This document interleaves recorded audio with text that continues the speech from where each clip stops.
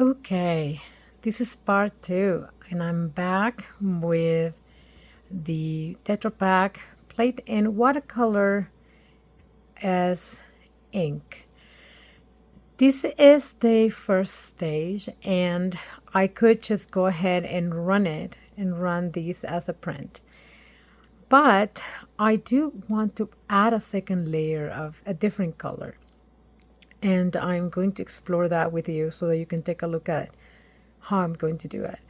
This particular layer I demonstrated previously or in the previous video as to how I was able to apply it, and it is just purple watercolor, and I did use mostly a Q-tip or several Q-tips to remove the excess and wipe certain areas and create those beautiful light tones that you see.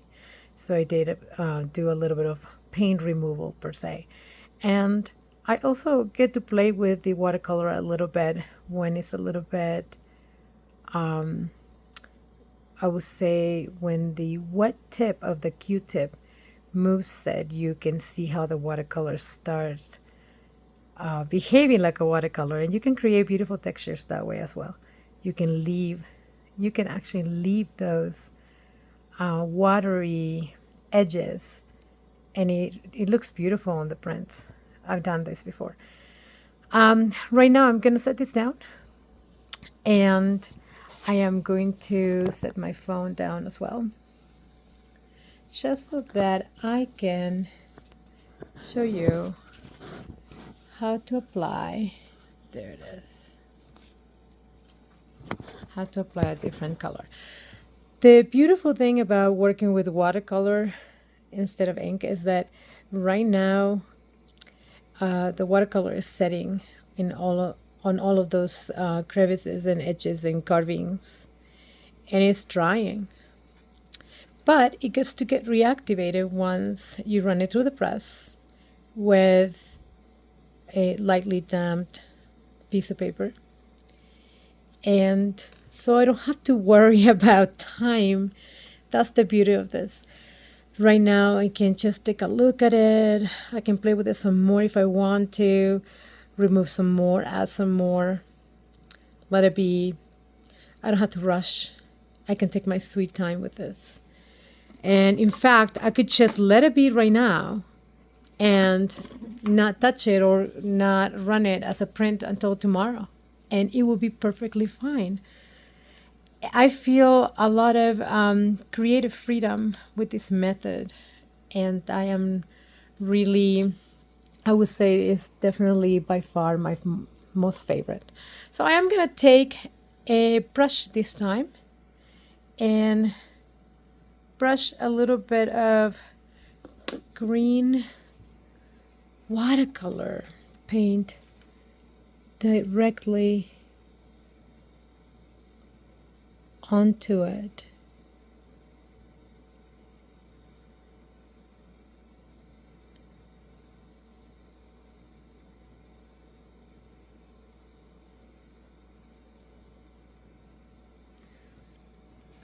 This is if you wanted to create a two-tone or multi-tonal or multi-color print.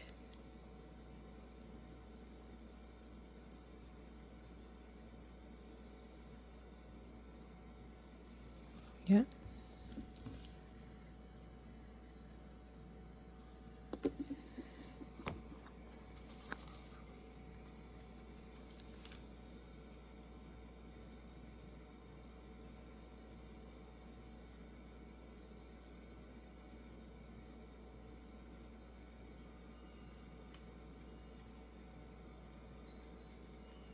So notice that it dries. It dries fast.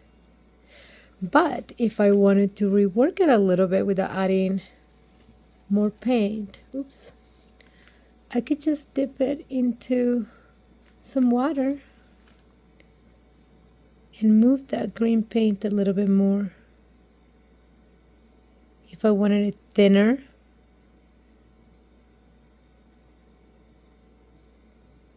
this is where your brush strokes come in handy.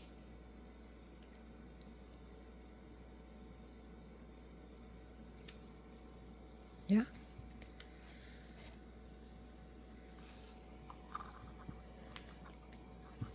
So I'm taking the green paint directly from my tube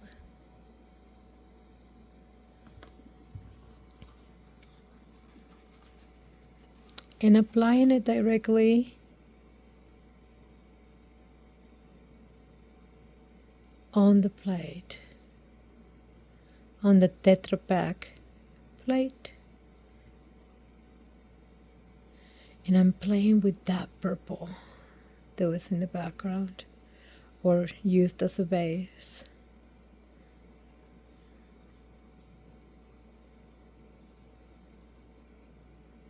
And you can use whatever thickness of layers that you like. Is really going to be your preference. One of those things like similar to when you're cooking and you don't know how much salt to add to something. You're just gonna have to play with it and do it to your likeness, right? So you can add a more saturated layer or a thinner layer. Especially with watercolor, I would say you just don't want pasty pieces or pasty layers because it is going to bleed. It is going to bleed and it's going to make a mess. But you could work your saturation or your color saturation with layers. So you can apply one layer first, let it dry a little bit, then add a little bit more of the green or whatever color you're working with.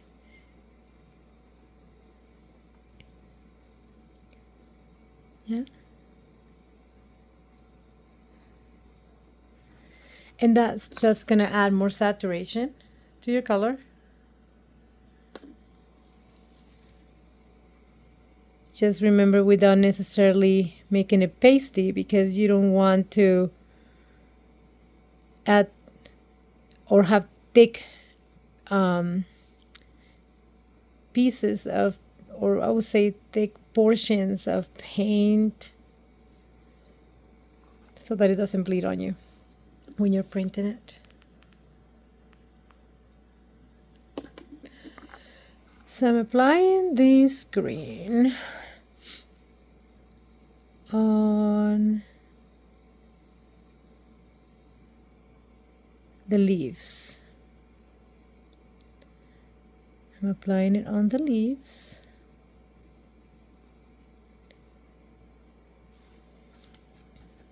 This is what it's looking like so far.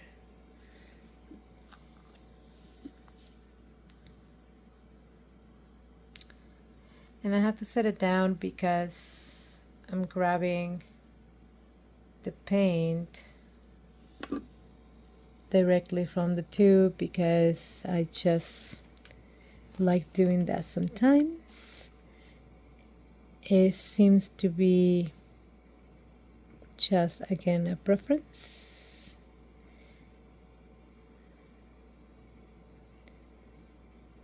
There.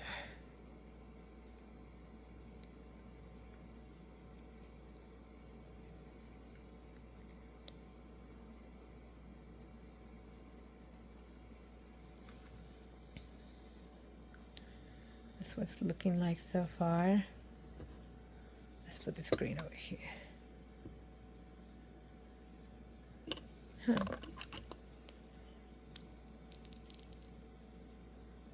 Okay.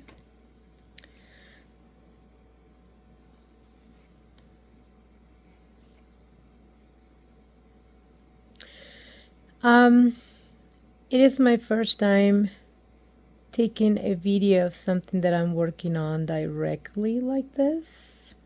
So I hope it's not too blurry or not too shaky.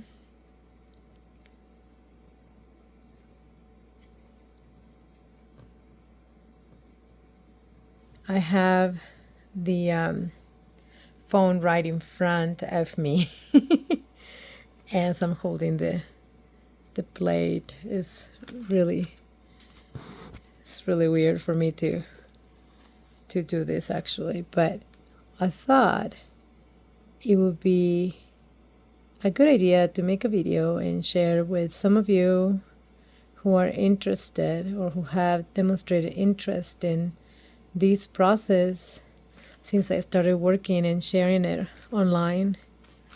Some people have demonstrated interest and some for the same reason or similar reasons to why I choose to do it. When I started experimenting with watercolor, my initial intention or motivation was to find something that would be odorless to work with or just not as strong. I enjoy working with the more gentle inks for intaglio, but I noticed that they still have a strong odor, and I can manage to work with them for a while, but then when I visit my prints and they retain the smell, it's kind of strong. So I wanted to find a way to print without using aqua or any other safe wash inks or water-based inks that carry strong odor. That was my first intention or my initial motivation. Later on, I realized that it is easier for me, I don't know, more playful, more enjoyable to work with the watercolor paint than with the inks. I find it very stimulating and more interesting. I feel like I have more space to explore when I am applying the ink, or not ink, the watercolor, versus me applying the inks. I like that I don't have time constraints. I can let it dry and it doesn't matter, because the paper, when it gets wet and it gets run through the press, will reactivate the watercolor.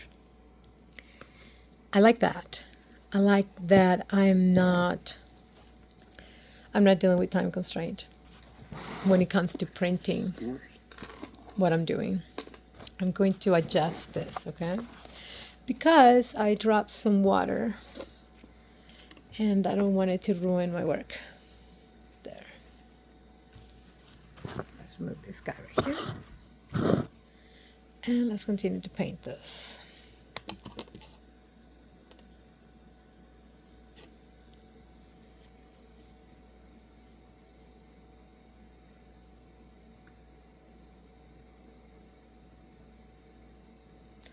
So as you can see, the water, or when I'm applying the second color and it's still fluid, it gets to reactivate a little bit of the purple, and you can blend it. You can blend the colors a little bit more if you wish to do that. And the other thing that I really like about working with watercolor for these particular projects is that you can go back with either a wet brush or a Q-tip again and remove areas that you may not like, or remove paint if you want to just add more contrast or more light accents or create specific textures with it. There's a lot more that you can do